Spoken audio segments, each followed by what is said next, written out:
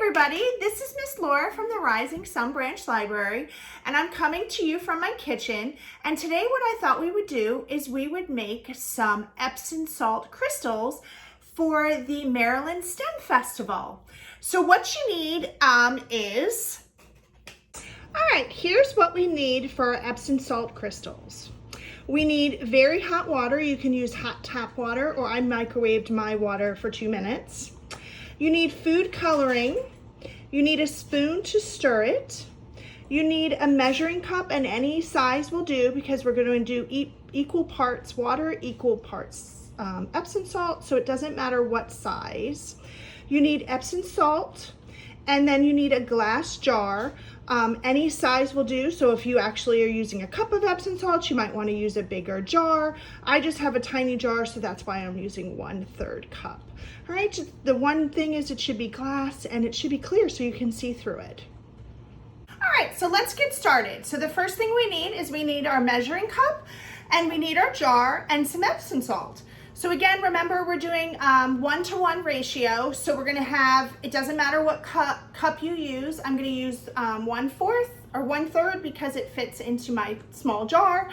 And I'm gonna pour my Epsom salt into my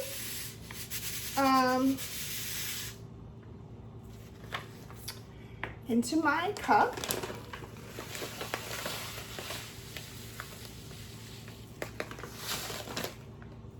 And remembering to level it off. And then I'm gonna pour it in my jar. It's getting a little bit everywhere, but that's okay. And then I'm gonna take my very hot water, and it's the same cup, right? 1/3, and I'm gonna pour that in. I'm then going to time it for 1 minute, and I'm gonna stir it for 1 minute. All right, we've now stirred it for 1 minute, and we're doing this to make sure that the crystals get super saturated in the water. And once we've done that, we're gonna put our food coloring. So I'm gonna choose red, and I'm gonna make some other colors as well, like green and blue. And then I'm gonna stir that in a little bit. And once we've done this, we're then going to put it in the refrigerator so that it gets cold. And then we're gonna see what happens when the water, the super saturated Epsom salt hits cold. This is when the crystals will start to form. As you can see, the different crystals are definitely different levels. The green, again, has been there for about a week, and you can see that it's grown a little bit more.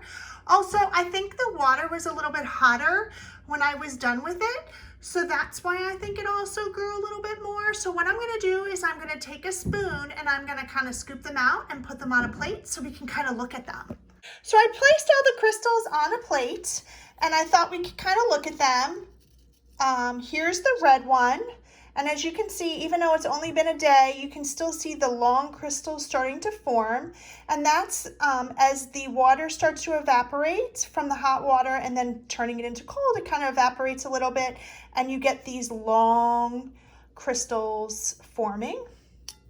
And then if you look, this one has been in the refrigerator for a week, so you can really see all the crystals forming. So that one's really cool. So I wonder how long, if I left it in the fridge even longer, as the water evaporated, the crystals would be even bigger. And the last one is the blue one. And I think the reason why that one didn't work as well is because the water wasn't as hot by the time I started stirring it, and it just didn't have a chance to evaporate as much as the red. So I hope you enjoyed this experiment and you get to do it at home, and I hope you have a great day. Bye.